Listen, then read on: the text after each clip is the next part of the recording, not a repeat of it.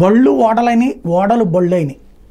గత ఎన్నికలలో ఘన విజయం సాధించి వచ్చినటువంటి జగన్మోహన్ రెడ్డి అసెంబ్లీలో అడుగు పెడుతుంటే ఘన స్వాగతం లభించింది.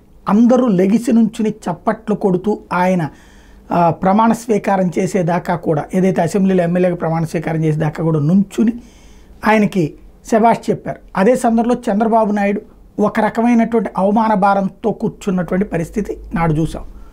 ఇప్పుడు సీన్ రివర్స్ అయ్యింది. అంటే ఆ టైంలో చంద్రబాబు గారు నమస్కారం పెడుతున్నా ఎవరూ పట్టించుకోలేదు. ఇప్పుడు సేమ్ సీన్ రివర్స్ అయింది. మనం ప్రతీకారాలు ఉండకూడదు అనుకుంటాం, ప్రతీకార రాజకీయాలు కాకుండా సంస్కారయుతంగా ఉండాలనుకుంటాం. కానీ రాజకీయాల్లో అసహ్యకరమైనటువంటి పరిస్థితి ప్రతీకారమే ఉంది తప్పించి మంచి ఏం లేదు.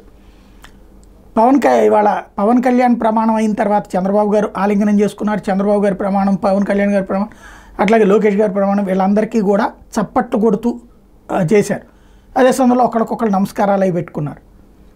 అదే సందర్భంలో జగన్మోహన్ రెడ్డిది బళ్ళు ఓడలైని, ఓడలు బళ్ళైని అన్నది. అందుకే తను ప్రమాణ స్వీకారం చేసినటువంటి సందర్భంలో అందరికీ నమస్కారం పెట్టుకుంటూ వెళ్ళారు. ఒక్కళ్ళు కూడా ప్రతి నమస్కారం చేయాలి, పట్టించుకున్న పాపాన పోల.